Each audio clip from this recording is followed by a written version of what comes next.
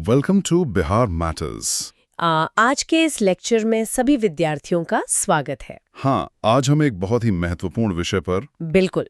आज का हमारा विषय है Bihar infrastructure and connectivity outlook 2025-2026 का लेक्चर 2, जिसका मुख्य विषय है the bridge and expressways revolution. और इस विश्लेषण की शुरुआत करने से पहले छात्रों को यह स्पष्ट रूप से समझ लेना चाहिए कि यह विषय आगामी परीक्षाओं के लिए कितना प्रासंगिक है। निश्चित रूप से, चाहे परीक्षार्थी बीपीएससी की तैयारी कर रहे हों या फिर SSC, railway, Bihar CGL, BSSC, SI और टीचर एग्जाम्स की, इन सभी परीक्षाओं में इंफ्रास्ट्रक्चर से जुड़े अद्यतन आंकड़े बहुत ही निर्णायक होते हैं। सही कहा।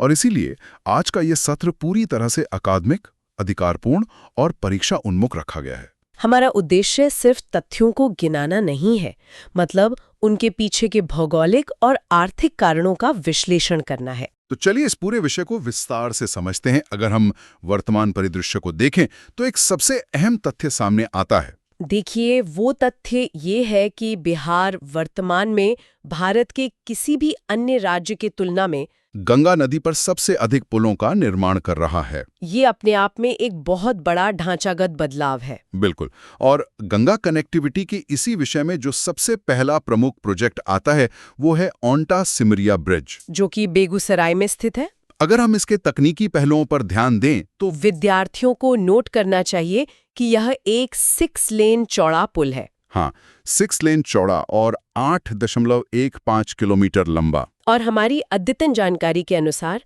2025 के अंत तक ये पूरी तरह से चालू यानी फुली ऑपरेशनल हो चुका है। परीक्षा के दृष्टिकोण से इस 8.15 किलोमीटर लंबे पुल का एक विशेष उपनाम है, जिसे लाइफलाइन ऑफ इंडस्ट्रियल बिहार कहा जाता है। अक्सर प्रारंभिक परीक्षाओं में ऐसे उपनाम सीधे पूछ लिए जाते हैं, लेकिन मुख्य परीक्षा के लिए छात्रों को ये जानना होगा कि इसे ये दर्जा क्यों मिला है। देखिए, इसका सीधा कारण इसकी भौगोलिक स्थिति है। ये 6 लेन पुल बरौनी इंडस्ट्रियल क्लस्टर को सीधे दक्षिण बिहार से जोड़ता है। बिल्कुल।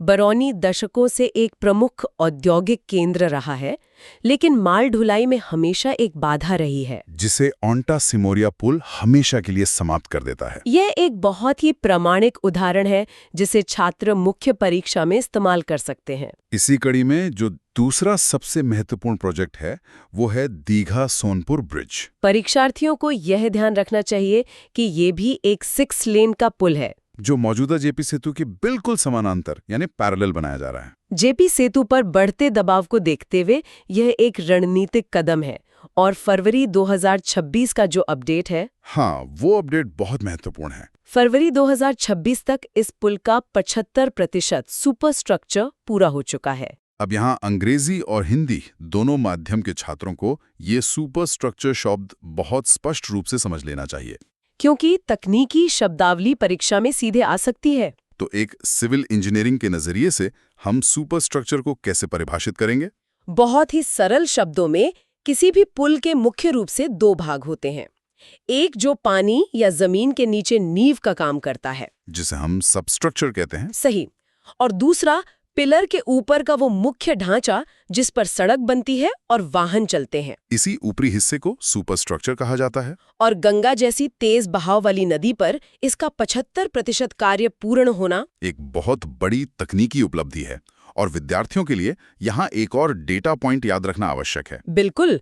दीघा सोनपुर 6 लेन पुल NH139W प्रोजेक्ट का हिस्सा है। राष्ट्रीय राजमार्गों की संख्या अक्सर मिलान करने वाले प्रश्नों में आती है, तो दीघा सोनपुर समानांतर पुल और NH139W का संबंध बिल्कुल स्पष्ट होना चाहिए। इसी क्रम में गंगा नदी पर बन रहे पुलों का तीसरा प्रमुख प्रोजेक्ट है विक्रमशिला सेतु का समानांतर पुल, जो भागलपुर में स्थित है। इस विक्रमशिला समानांतर पुल की कुल लंबाई 4.4 किलोमीटर है। भागलपुर, जिसे ऐतिहासिक रूप से सिल्क सिटी के नाम से जाना जाता है। हाँ, लेकिन इस 4.4 किलोमीटर लंबे पुल का महत्व सिर्फ यातायात तक सीमित नहीं है। अगर हम इसे करीब से देखें तो एक नदी हमेशा शहर के विस्तार को एक दिशा में रोक देती है। बिल्कुल सटीक विश्लेषण है। ये नया पुल सिल्क सिटी यानी भागलपुर के उत्तर की दिशा में विस्तार के लिए। यानी एक्सपेंशन टुवर्ड्स द नॉर्थ के लिए। बिल्कुल अत्यंत महत्वपूर्ण है, क्योंकि गंगा नदी के कारण भागलपुर का उत्तरी विस्तार हमेशा बाधित रहा है, जो अब इस नए संपर्क मार्ग से संभव हो पाएगा। तो ये तो हुई गंगा कनेक्टिविटी के 3 विशाल परियोजनाओं की बात। औंटा से मेरिया पुल, दीघा सोनपुर पुल और विक्रमशिला समानांतर पुल। अब पुल पार करने के बाद वाहनों को उच्च स्तर की सड़कों की आवश्यकता होती है, और जो हमें सीधे आज के लेक्चर के दूसरे भाग की ओर ले जाता है, एक्सप्रेसवे और एनएच डेवलपमेंट। जब हम बिहार में एक्सप्रेसवे की बात करते हैं तो सबसे पहला और ऐतिहासिक प्रोजेक्ट है आम्स दरभंगा एक्सप्रेसवे। परीक्षा के दृष्टिकोण से इसका राष्ट्रीय राजमार्ग नंबर NH 119D अत्यधिक महत्वपूर्ण है। और इसे ऐतिहासिक कहने का एक ठोस कारण है, यह बिहार का पहला 4 लेन एक्सेस कंट्रोल्ड एक्सप्रेसवे है। अब छात्रों को यहाँ एक्सेस कंट्रोल्ड शब्द के अर्थ पर विशेष ध्यान देना चाहिए। ये केवल एक शब्द नहीं है। बिल्कुल नहीं।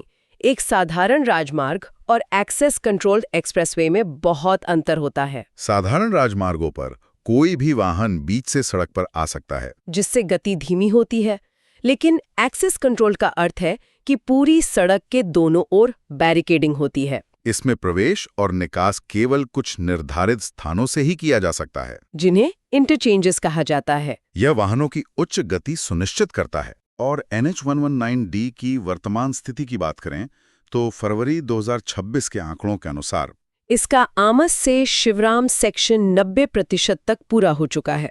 प्रारंभिक परीक्षा में यह सीधा सवाल बन सकता है कि किस सेक्शन ने 90% का लक्ष्य हासिल कर लिया है। आमस से शिवराम सेक्शन। इसके बाद जो अगली महत्वपूर्ण परियोजना है वो है पटना गया डोभी मार्ग, जिसे NH 22 के नाम से जाना जाता है। इस परियोजना की कुल लंबाई 127 किलोमीटर है और अब ये पूरी तरह से 4 लेन में परिवर्तित हो चुका है, जिसका सबसे बड़ा व्यावहारिक लाभ यात्रा के समय में भारी कमी है। पटना से गया तक का यात्रा समय अब घटकर 2.5 घंटे से भी कम रह गया है, जो लॉजिस्टिक्स की लागत को सीधे तौर पर कम कर रहा है। राजमार्ग विकास के इसी आर्थिक दृष्टिकोण में हमें मुंगेर मिर्जा चौकी 4 लेन परियोजना को भी समझना चाहिए। ये मात्र एक सड़क नहीं है, बल्कि झारखंड और वेस्ट बंगाल को जोड़ने वाले हाई स्पीड कॉरिडोर का हिस्सा है। परीक्षा में ये अक्सर पूछा जा सकता है कि इस कॉरिडोर का मुख्य वाणिज्यिक उद्देश्य क्या है। ये कॉरिडोर खनिजों यानी मिनरल्स और पत्थरों के ट्रांजिट के लिए जीवन रेखा है, क्योंकि झारखंड और पश्चिम बंगाल खनिज संपदा से परिपूर्ण राज्य हैं और वहां से भारी मात्रा में कच्चा माल बिहार आता है। भारी ट्रकों के लिए ऐसा 4 लेन मार्ग होना परिवहन के समय और लागत दोनों को घटाता है। इसलिए इसे विशुद्ध रूप से एक आर्थिक गलियारे के रूप में देखा जाना चाहिए। तो हमने NH 119D का एक्सेस कंट्रोल स्वरूप देखा, NH 22 का महत्व समझा और मुंगेर मिर्जा चौकी का खनिज परिवहन में योगदान भी विश्लेषित किया। अब हम आज के लेक्चर के अंतिम और तीसरे भाग में प्रवेश करते हैं, जो रेल एंड एविएशन अपडेट्स पर केंद्रित हैं। किसी भी राज्य की इंफ्रास्ट्रक्चर कहानी शहरी परिवहन के बिना अधूरी है, और शहरी परिवहन में सबसे महत्वाकांक्षी परियोजना है पटना मेट्रो का फेज 1। यहाँ परीक्षा के लिए सबसे ज्यादा ध्यान केंद्रित करने वाला क्षेत्र है इसका प्रायोरिटी कॉरिडोर। विद्यार्थियों को इस प्रायोरिटी कॉरिडोर का सटीक नाम याद रखना चाहिए। ये मलाही पकड़ी से ISBT तक निर्धारित किया गया है। प्रारंभिक परीक्षा के बहुविकल्पीय प्रश्नों में ये सीधा पूछा जा सकता है, मलाही पकड़ी से ISBT। और इसकी प्रगति का सबसे महत्वपूर्ण अपडेट ये है कि 2026 के मध्य में यानी मिड 2026 में इसके ट्रायल रन्स निर्धारित कर दिए गए हैं, जो शहरी यातायात की भीड़भाड़ को कम करने में एक बड़ा कदम होगा। मेट्रो के बाद उड्डयन यानी एविएशन क्षेत्र में सबसे बड़ी खबर बीटा एयरपोर्ट को लेकर है। छात्रों को ये तथ्य ध्यान में रखना चाहिए कि 2026 के बजट में बीटा एयरपोर्ट पर सिविल एन्क्लेव के निर्माण को फास्ट ट्रैक किया गया है। यहाँ सिविल एन्क्लेव शब्द का अर्थ समझना आवश्यक है। जब किसी रक्षा हवाई अड्डे का एक हिस्सा आम नागरिकों की उड़ानों के लिए उपयोग किया जाता है तो उस विशेष नागरिक हिस्से को सिविल एन्क्लेव कहा जाता है। लेकिन एक बहुत ही तार्किक सवाल उठता है कि इसे 2026 के बजट में अचानक इतनी गति क्यों दी गई। इसका सीधा कारण पटना के जयप्रकाश नारायण अंतर्राष्ट्रीय हवाई अड्डे से जुड़ा है, जो वर्तमान में ट्रैफिक के अत्यधिक दबाव से जूझ रहा है। तकनीकी भाषा में कहें तो ये पूरी तरह से सैचुरेटेड हो चुका है। टर्मिनल और रनवे की क्षमता से कई अधिक उड़ानों का आवागमन वहां हो रहा है। इसी सैचुरेटेड ट्रैफिक को ऑफलोड करने के उद्देश्य से बिहटा एयरपोर्ट के सिविल एनक्लेव को फास्ट ट्रैक किया गया है। ये कारण और प्रभाव का एक बहुत बेहतरीन उदाहरण है जो कथन आधारित प्रश्नों में आ सकता है। आज के इस लेक्चर में हमने बिहार के बुनियादी ढांचे से जुड़े सभी प्रासंगिक आंकड़ों का अध्ययन किया है। हम आज के इस सत्र के समापन की ओर हैं। मैं सभी विद्यार्थियों को याद दिलाना चाहूंगा कि जिन विशिष्ट राष्ट्रीय राजमार्ग संख्याओं की हमने चर्चा की, जैसे दीघा सोनपुर का NH-119W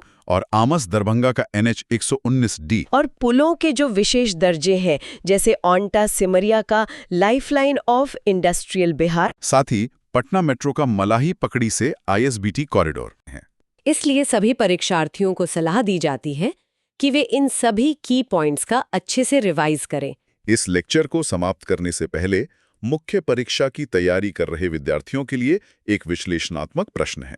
छात्रों को इस बात पर विचार करना चाहिए कि क्या ये नए एक्सेस कंट्रोल्ड एक्सप्रेसवेज और गंगा नदी पर बन रहे पुलों का नेटवर्क भविष्य में बिहार के लॉजिस्टिक्स परिदृश्य को और विशेषकर राज्य की GSTP वृद्धि को किस प्रकार पूरी तरह से बदल सकता है। इस वैचारिक प्रश्न पर छात्रों को स्वयं शोध करना चाहिए। हमारी ये अकादमिक और परीक्षा उन्मुख श्रृंखला अगले सत्र में इसी प्रकार जारी रहेगी। परीक्षार्थी अपनी तैयारी को पूरे अनुशासन के साथ जारी रखें। धन्यवाद और बिहार मैटर्स के साथ जुड़े रहें।